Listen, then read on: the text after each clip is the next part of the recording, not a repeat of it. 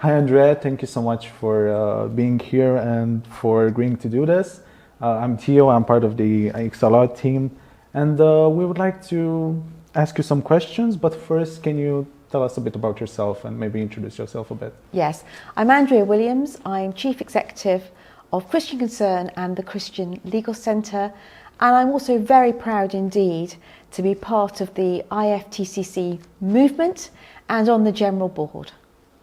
All right. Thank you so much. So the first question that we have for you is, what is the situation like for those who stand up for Judeo-Christian values in UK today? The situation generally in the United Kingdom is that we have forgotten the gospel. We have sadly abandoned that which gave us such a great and beautiful and rich heritage, that which gave us stability in our laws, both in the courts, in Parliament, and in the general structure of society, in our education systems, in our hospital systems, and in the city and in business. So that belief, the belief in Jesus Christ at the centre of public life, was something that has been rooted for centuries in the United Kingdom, really in many ways dating right back to the Magna Carta, the great law. What sadly happened is that in the last 60 to 70 years, we have let go of God, and instead we've asserted a human rights type agenda which abandons God, saying my rights are what's important, human knowledge is the most important or the arbiter of all truth. And so what we've ended up with is a much more chaotic public space where no one really knows what the truth is. And sadly, as a result of the so-called equality and diversity agenda, the one truth, the true truth, that cannot be tolerated in the public space is that of Jesus Christ, who is, of course, the truth, and in whom all things hold together. Amen. But would you say that in general, does UK identify itself as a Christian country? I mean, for example, if someone from the outside would come to the UK, like a tourist, would they say that, okay, I feel like this is a Christian country, where is it safe to, speak about my beliefs in Jesus Christ? Or is it like a country that right now focuses more on these rights that you mentioned? Yes. Like, what would you think about that? Well, I think that one of the don't know whether I should call it a subtle or a great deception. Right. Because one of the subtle and great deceptions, the paradoxical deception, is that in England it can still look like a Christian country. You can see churches in every village. You can see some remnant of our great Christian past. And Christians, or rather the nations across the world, still think of us as a nation with a great Christian history. But what is in fact happening, and I think that which many people can't quite believe, and which certainly I could never have believed when I was a young student lawyer in the 1980s, I could never have believed that I would spend my life defending people who believed in Jesus and got into trouble for that. So who would have thought that a doctor would lose his license for offering patients prayer?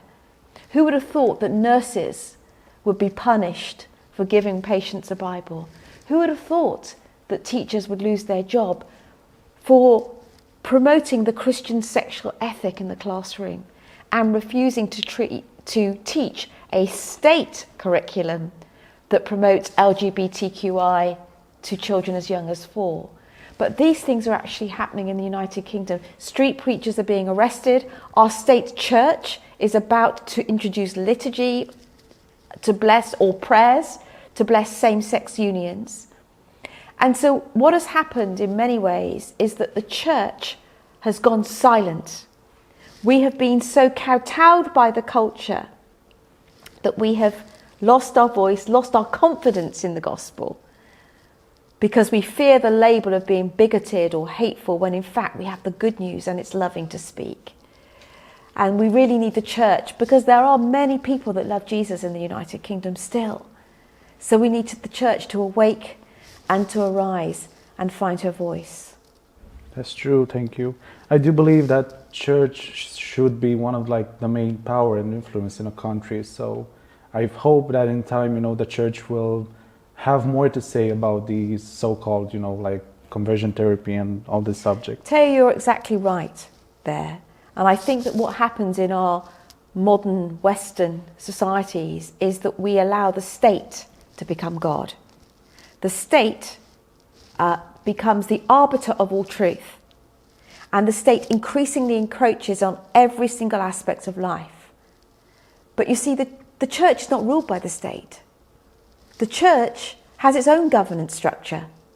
The family has its own governance structure. When the state comes in and tries to tell us how to parent our children in the family, that's not the state's job. The state's role is actually meant to be relatively small. But even the church has permitted the state to tell it what to do. So we saw a massive precedent for this during COVID, when the church shut her doors because the state said so, when in fact the church needed to be the rescuer and the healer in that particular time. And that was a case certainly that we took at Christian Concern. So we have heard that the supposed conversion therapy ban will not be mentioned in the King's speech. What is your opinion about that? Well, as we're recording today, we're told that the conversion therapy bill will not be in the King's speech. But that wasn't the case a few days ago. It was in the King's speech 4 days ago. And then 8 days before that, it was not in the King's speech. So it keeps on flip-flopping. And it keeps on flip-flopping because the faith, which Christian faith, builds courage and conviction. And the problem is we have a government and a prime minister that does not understand this issue with courage and conviction, does not have the Christian faith. And we have an activist department, Equalities and Diversity Department, and Education Department, that says we need this bill. But the truth is this, and I want to say well done to the IFTCC, I want to say well done to Christian Concern, I want to say well done to other organisations that have worked relentlessly in recent years to explain to the government and to parliamentarians generally that conversion therapy is a political term, it's an imposed term, it's a false term, which seeks to silence talking therapy, good therapy, access that people want to actually speak about unwanted same-sex attractions. You did mention multiple organizations that are fighting for these values and are trying to influence the government in a good way. What would you say that one of the core values or one of the main important principles would be an advice for these organizations? If you were to say one core principle that these organizations should have their solid rock, what would that be? Well, of course, for me at Christian Concern, my passion is to see Jesus Christ become famous in public life once more. My passion is to see his name lifted high, to be entirely unashamed about him, to be entirely unashamed about him in Parliament, in the law courts. Once upon a day, every institution would have started under the lordship of Christ by invoking his name. Now, I think that's how a nation flourishes. And I would say to the next generation of Christians and those in public life, be bold and be unashamed and let's speak his truth, because when we speak that, it's the power of the Holy Spirit, it's the power of the gospel, which is the righteousness for people to believe. But as well as that, there I'm speaking as a Christian, as well as that, what I would say generally to all those that understand the danger for free speech, the danger for those that are not content in their lifestyle and behaviours and want to change, do not stop talking about this now, but actually accelerate. Talk about the stories of change. Talk about the counsellors that are that have made differences in people's lives, also talk about the impact of a memorandum of understanding in our country, which means that therapists essentially have been refused access to qualification bodies, it makes the therapy room not a safe place, where they've been unable to get insurance simply because they say people, if they choose to, should access therapy to help them deal with the shame, the unhappiness, the incongruence that they feel with regard to their same-sex attraction and who they want to be and how they want to live their lives. How can the general public resist any changes in legislation which could impact the freedom of those that struggle with LGBT identities? Well, let's keep on doing what we're doing.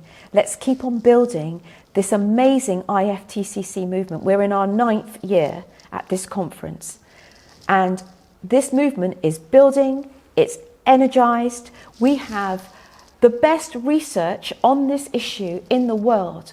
We now have hundreds of good news testimonies of people that have moved away from same-sex attraction into health and into wholeness and want this. If people don't want it, they don't have to come to it. But it's wonderful to be in a place where we see all these stories. I mean, indeed, it's not even hundreds, it's thousands across the world. We've got all the social science, we've got the science. This is all backed up by proper research, by proper testimony. So IFTCC needs to keep on building, keep on being bold, keep on educating and building a global network that cannot be shut down. Indeed, we won't be shut down. What advice would you give to the IFTC learning candidates, like a personal advice for them? I would say to all learning candidates that this material is rich, it's to be trusted, it's courageous. It's only courageous because it's being put into the public space, but it's watertight, so have no fear. There is no fear in this. This material is the truth, and the truth always wins. The truth always wins. So for the learners out there, absorb this, because it's the kind of material that may change your life, but certainly changes the lives of many others. True. Well, that is all from us. Thank you so much for being here and for taking our time to, doing this interview. Theo, as always, I am so delighted to be in this place with you all. It's my privilege. Thank you.